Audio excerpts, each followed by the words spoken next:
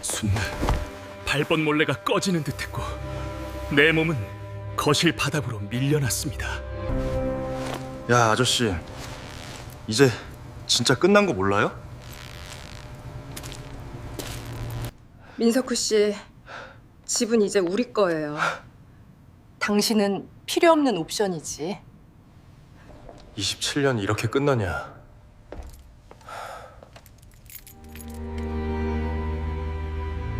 당신 떠나서 지훈이랑 제주도로 갈 거야. 통장에 있는 돈은 위자료 셈치고 내가 다 가져갈게.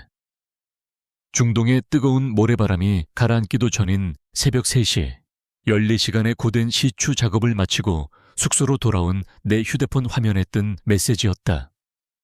내 이름은 민석훈, 올해 52이다. 지난 27년을 기름 냄새와 땀 냄새에 절어 전 세계 오지의 시추성과 건설 현장을 떠돌았다.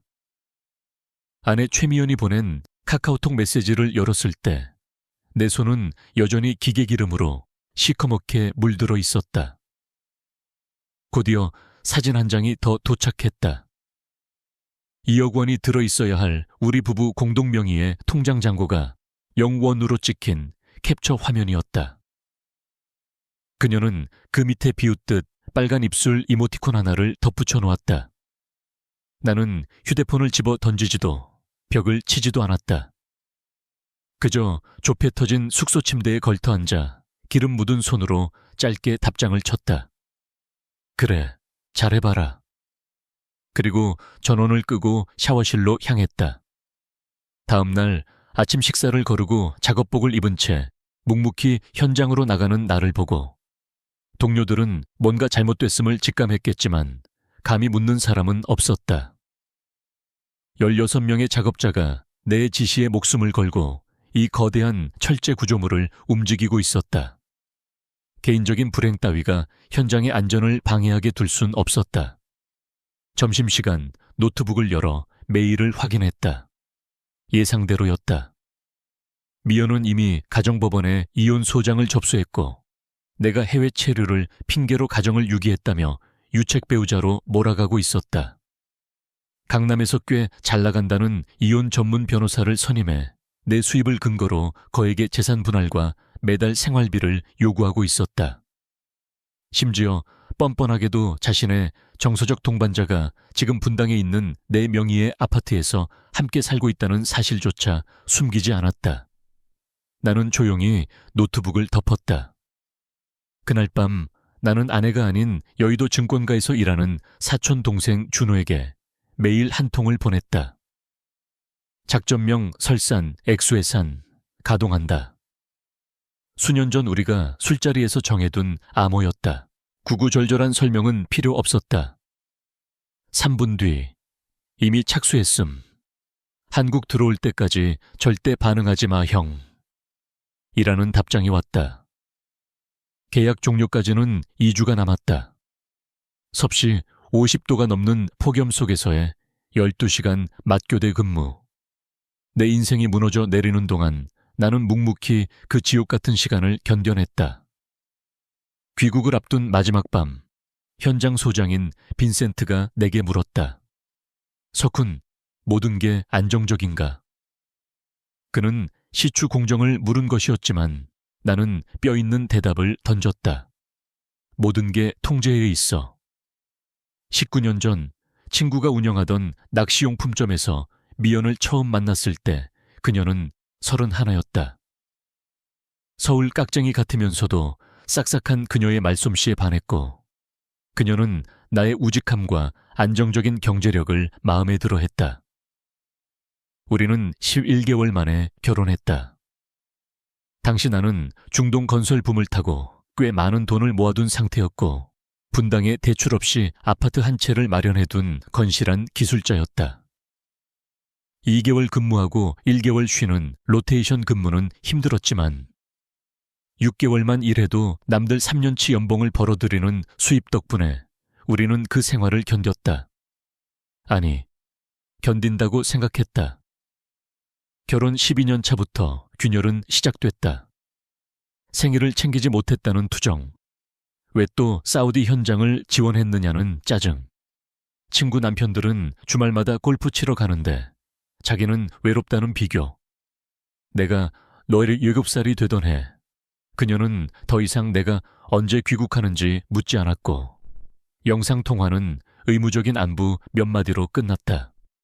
나는 그것이 중년 부부의 권태기이자 기러기 생활의 자연스러운 수순이라 착각했다.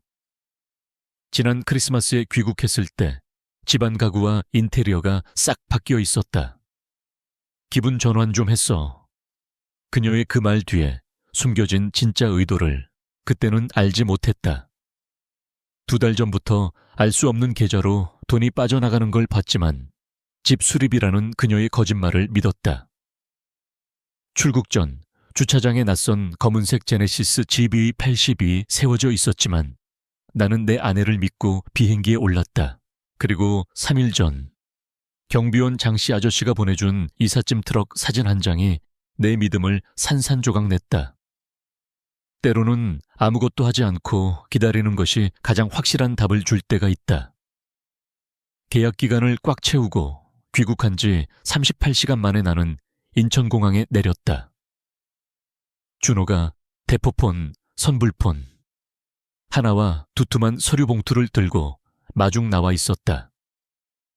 형수, 어제부터 형 원래 번호로 미친 듯이 전화하고 있어. 은행에서 그쪽 계좌를 동결시켰거든. 고액의 자금 이동이 감지돼서 본인 확인이 필요하다고 했대. 형이 귀국한 건 꿈에도 모를 거야. 준호는 차에 타자마자 태블릿 PC를 내밀었다. 삼성 클라우드 백업을 통해 확보한 미연과 JH훈라는 놈의 카카오톡 대화 내용이었다.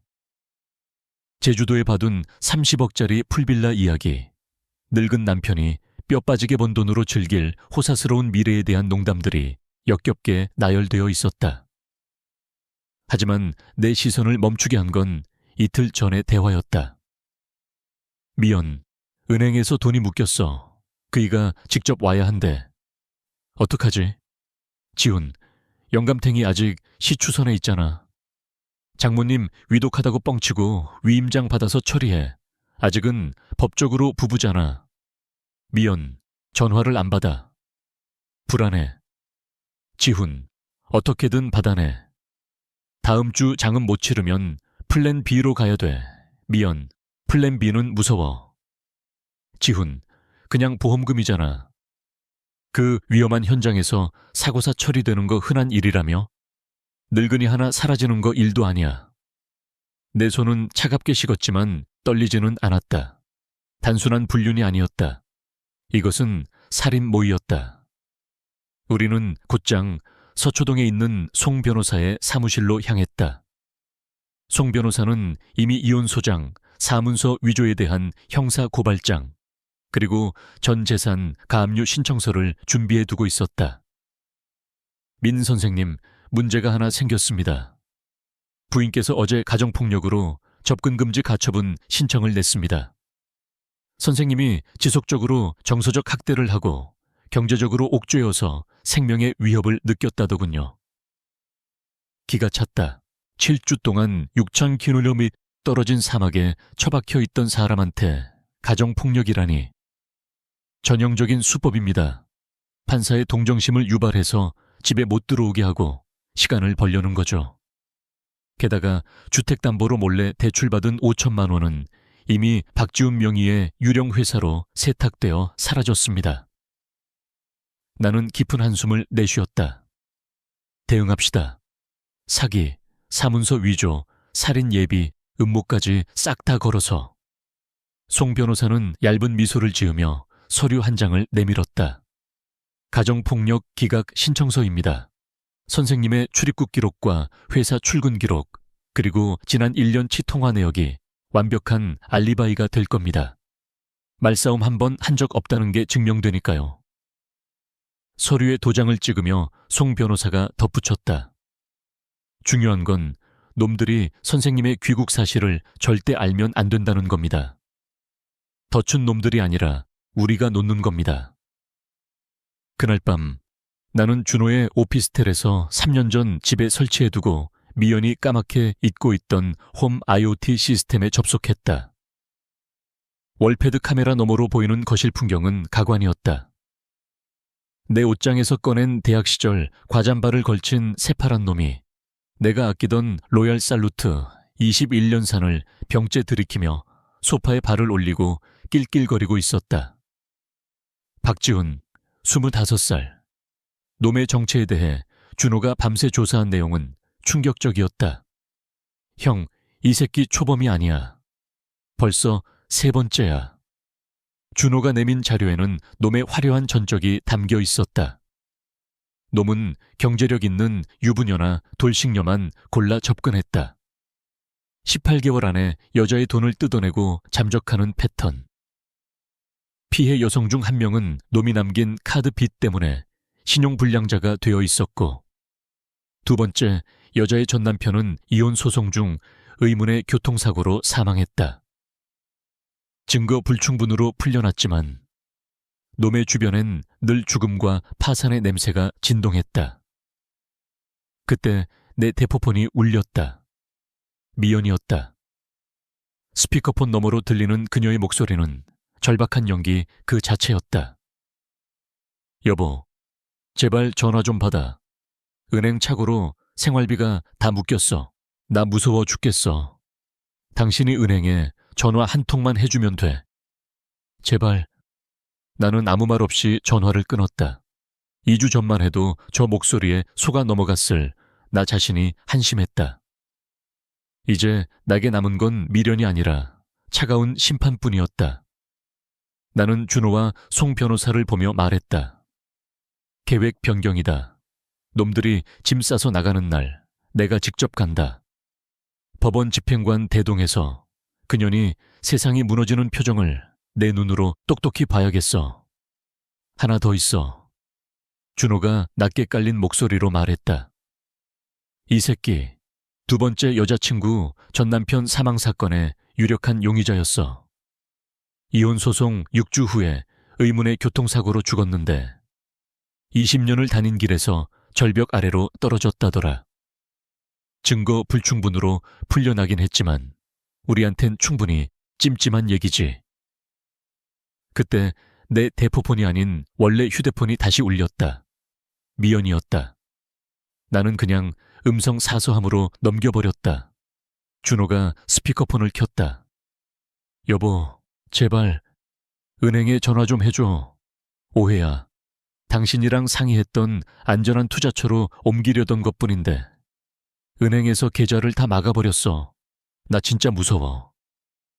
떨리는 목소리, 울먹이는 호흡. 2주 전만 해도 나는 이 연기에 속아 넘어갔을 것이다. 우리는 그런 상의를 한 적이 단 한 번도 없었다. 점심 식사 자리에서 송 변호사가 혀를 찼다. 급하긴 급한가 봅니다. 제주도 풀빌라 장음일이 5일 남았거든요. 그 돈 없으면 계약금 다 날리는 거죠. 나는 숟가락을 내려놓으며 물었다. 다음 수는 뭡니까? 송 변호사가 대답했다. 오늘 오후에 긴급 심리가 있습니다. 담당 판사가 윤 판사님인데 허위 가정폭력 신고라면 치를 떠는 분이죠. 선생님 알리바이는 완벽하고 은행 자금도 선생님 단독 명의로 묶어달라고 요청했습니다. 근데 이것 좀 보시죠. 송 변호사가 서류 봉투 하나를 밀어줬다. 장씨 아저씨가 아침에 찍어보낸 사진들이었다. 이삿짐 트럭에 실리고 있는 가구들, 내 아버지가 물려준 자개장, 할머니 때부터 내려온 유기그릇 세트. 놈들은 돈을 받든 못 받든 일단 집안을 털어서 뜰 생각이었다.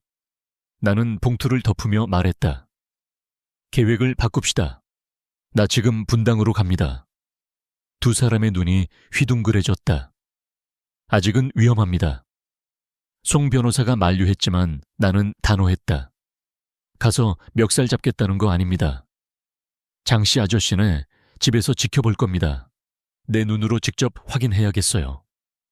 그리고 내일 아침 법원 집행관들이 들이닥칠 때 서류 뒤에 숨지 않고 당당하게 그 앞에 서 있을 겁니다. 미연이 세상이 무너지는 그 순간 내 얼굴을 똑똑히 보여주고 싶습니다. 송 변호사는 잠시 생각하더니 고개를 끄덕였다. 알겠습니다. 조치해두죠. 식당을 나서는데 장씨 아저씨한테 문자가 왔다. 자네가 직접 오칠해서 복원한 할아버지 책상 지금 싣고 있다. 알고 있어야 할 것 같아서. 어떤 도둑질은 돈으로 환산할 수 없고 어떤 배신은 뼈를 깎는 것보다 더 아프다. 이제 이건 단순한 소송이 아니라 전쟁이었다. 분당까지 가는 내내 머릿속을 정리했다. 송 변호사는 내일 아침 9시에 집행관과 경찰을 대동하기로 했고 준호는 맞은편 장씨 아저씨네 집에 감시 장비를 세팅했다. 자정이 조금 넘은 시각 장씨 아저씨는 말없이 내 손을 꽉 잡았다. 은퇴한 엔지니어 출신인 그는 더 이상의 설명이 필요 없는 사람이었다. 미연이는 자네 온 거 꿈에도 몰라. 거실 불을 끄고 커튼 틈으로 내다본 우리 집 앞엔 이삿짐 트럭 2대가 이미 다녀갔고 내일 아침 마지막 큰 트럭이 올 예정이라고 했다. 어제 웬 여자가 서류철 들고 왔다 갔다 하던데 부동산 업자 같아 보였어. 아저씨의 말에 나는 피가 거꾸로 솟는 듯 하였다. 집을 내놓은 것이다. 송 변호사에게 확인해보니 미연은 내 인감도장을 훔쳐 위임장을 위조하고 시세보다 30%나 싼 급매물로 아파트를 내놓은 상태였다. 새벽 3시 잠이 오지 않아 식탁에 앉아 준호가 정리해준 서류들을 다시 읽었다. 1년 전부터 시작된 박지훈과의 통화 기록, 친정에 간다며 거짓말하고 분당 시내 호텔을 들락거린 카드 내역. 증거는 차고 넘쳤다. 이건 우발적인 배신이 아니었다. 내 인생을 뼈와 살까지 발라먹으려던 치밀한 도축 작업이었다. 아침 8시 30분, 미연과 박지훈이 마지막 남은 귀중품들을 놈의 검은색 제네시스에 싣는 모습이 보였다. 내가 아버지께 물려받은 롤렉스 시계, 할머니의 은비녀. 돈 되는 건 닥치는 대로 챙기고 있었다. 8시 45분, 약속대로 대형 이삿짐 트럭이 도착했다. 그리고 8시 55분, 법원 차량과 경찰차가 트럭 뒤를 막아섰다. 송 변호사가 보낸 집행관들이었다. 시간 됐습니다. 나는 장씨 아저씨에게 짧게 인사하고 현관을 나섰다. 길 건너편에서 집행관들이 초인종을 눌렀고 미연이 짜증 섞인 표정으로 나왔다. 누구세요? 이사 중인데. 집행관들이 신분증을 내밀자 그녀의 얼굴에서 핏기가 싹 가셨다. 그녀는 다급하게 자기야 하며 지훈을 불렀고 놈이 튀어나와 뻔뻔하게 미연의 허리를 감쌌다. 바로 그때 내가 그들 앞으로 걸어 나갔다. 미연의 표정은 평생 잊지 못할 것이다. 경악, 공포, 그리고 비굴함으로 일그러지는 그 얼굴. 여보, 당신이 왜 시추선에 있어야 하잖아. 나는 놈들을 싸늘하게 내려다보며 말했다. 서프라이즈다, 이년아. 집행관이 서류 뭉치를 건넸다. 접근 금지 명령, 전 재산 동결, 사문서 위조 형사 고발, 그리고 이혼 소장. 이러는 게 어딨어요. 우리 변호사가 가정폭력 신고했는데. 박지훈이 되도 않는 소리를 짓거렸다. 나는 코웃음을 쳤다. 6.km 밖에서 텔레파시로 때렸냐. 판사님이 내 놈들이 내 보험금 노리고 플랜 B 뒤 떠든 문자 보고 아주 흥미로워 하시더라. 놈의 턱이 빠질 듯 벌어졌다. 미연이 눈물을 뚝뚝 흘리며 매달렸다. 여보, 오해야. 나 그냥 서류 챙기려던 거야. 나는 이삿짐 트럭을 가리켰다. 우리 집구석 다 털어서 튀는 게 서류 챙기는 거냐? 내 몰래 집 팔아먹는 게 미래를 위한 거고. 그녀는 입을 다물었다. 옷이랑 세면도구만 챙겨서 30분 내로 나가십시오. 나머지는 법원 압류 물품입니다. 집행관의 선언에 그들은 쫓겨나듯 집 안으로 들어갔다. 나는 뒤돌아섰다. 여보, 어디가? 미연의 비명 같은 부름을 뒤로 하고 나는 대답했다. 내 집으로. 3주 후 열린 심리 재판에 박지훈은 나타나지 않았다. 소장을 받자마자 미연이 챙겨둔 현금과 폐물을 털어 야반도주했다. 예상대로였다. 윤 판사는 증거들을 꼼꼼히 살폈다. 특히 보험금과 사고사가 언급된 문자 내역을 읽을 때는 안경 너머로 미연을 쏘아보았다. 피고, 보험 사기 공모가 얼마나 큰 중조인지 아십니까? 미연은 변명하려 했지만 판사는 말을 잘랐다. 본 법정은 가사재판이라 형사는 다루지 않습니다만 30년 재직하면서 이렇게 악질적인 재산 은닉과 기망 행위는 처음 봅니다. 판결은 통쾌했다. 모든 재산은 내게 귀속되었고 집도 온전히 지켜냈다. 미연의 위자료 청구는 당연히 기각되었고 판사는 사문서 위조와 사기 미수 혐의에 대해 직권으로 검찰에 고발 조치했다. 법정을 나서는 내게 미연이 다가오려 했지만 나는 눈길조차 주지 않고 지나쳤다. 더 이상의 말은 사치였다. 6개월 뒤 나는 강원도 평창의 깊은 산속 잣나무 숲이 우거진 내 별장 테라스에 서 있었다. 5년 전 은퇴 후를 위해 설산투자 법인 명의로 사둔 1만 평의 땅이었다. 미연은 이런 곳이 있는 줄도 몰랐다. 그녀는 형사재판에서 징역형은 면했지만 집행유예 5년과 갚을 길 없는 거액의 추징금을 선고받았다. 들리는 소문엔 친언니가 사는 대전으로 내려가 마트 캐셔를 하고 있다고 했다. 박지훈은 대구에서 또 다른 이혼녀 의사에게 기생하고 있다는 소식을 들었다. 나는 27년간의 오일맨 생활을 정리하고 조기 은퇴를 선언했다. 투자해둔 자산과 연금만으로도 남은 생은 차고 넘쳤다. 분당 아파트는 팔아버렸다. 끔찍한 기억이 묻어있는 곳이라 미련도 없었다. 장씨 아저씨가 마지막 짐 정리를 도와주며 가구들은 이곳 평창으로 보내줬다. 우편함엔 준호가 보낸 설산투자 법인청산 보고서가 들어있었다. 모든 게 끝났다. 하에 질녘 직접 깎아 만든 나무 그네에 앉아 위스키 한 잔을 따랐다. 바람소리, 새소리, 그리고 완벽한 고요. 더 이상 누군가의 눈치를 볼 필요도, 새벽에 걸려오는 현장 전화도 없었다. 그때 휴대폰이 울렸다. 캐나다 정유회사에서 온 고문직 제안이었다. 조건은 파격적이었고 1년에 몇 번만 자문해주면 되는 일이었다. 생각 좀 해보겠습니다. 나는 짧게 답했다. 물론 고민해보겠지만 오늘 밤은 아니다. 오늘 밤은 온전히 나를 위해 내가 쟁취해낸 이 평화를 즐길 시간이니까. 인생이란 참 묘합니다. 1년 전 그날 밤 놈들의 비웃음 섞인 카톡을 보며 저는 세상에서 가장 초라한 패배자였습니다. 하지만 그 지옥 같은 사막을 걸어 나온 순간부터 저는 제 인생이라는 드라마의 진짜 주인공이 되었습니다. 많은 분들이 저에게 묻습니다. 그때 정말 화나지 않으셨나요? 가서 다 엎어버리고 싶지 않으셨나요? 솔직히 말씀드리겠습니다. 최고의 복수가 무엇인지 아십니까? 상대방에게 고래고래 소리를 지르거나 똑같이 진흙탕에서 뒹구는 게 아닙니다. 그건 여전히 그 사람의 영향력 아래에 있다는 증거일 뿐이니까요. 진짜 복수는 그 사람들 없이도 보란 듯이 아주 잘 먹고 잘 사는 것입니다. 미연이가 과거에 헛된 욕망에 갇혀 빗속을 헤맬 때 저는 등산화 끈을 단단히 동여매고 내일을 향해 걸었습니다. 그녀가 저를 필요로 할 때가 아니라 제가 저를 필요로 할 때 응답했습니다.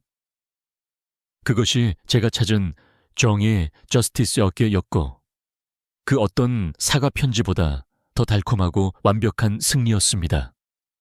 삭막한 도시 서울. 우리는 종종 가족이나 의리 혹은 책임감이라는 이름으로 나 자신을 지우며 살아갑니다. 누군가의 남편, 누군가의 직원, 누군가의 물주로 말이죠. 하지만 부디 잊지 마십시오. 누군가의 등대가 되어주려다 내 안의 불빛을 꺼뜨리지 마십시오. 당신을 진정으로 빛나게 하는 건 타인의 인정이나 명품 시계가 아니라 거울 속의 나를 당당하게 바라볼 수 있는 자존감입니다. 여러분에게 묻고 싶습니다. 지금 여러분의 손에도 혹시 억지로 붙잡고 있는 나를 병들게 하는 썩은 동아줄이 있지는 않습니까? 놓아버리면 끝날 것 같아. 두려운 관계, 미련, 혹은 상처 같은 것들 말입니다.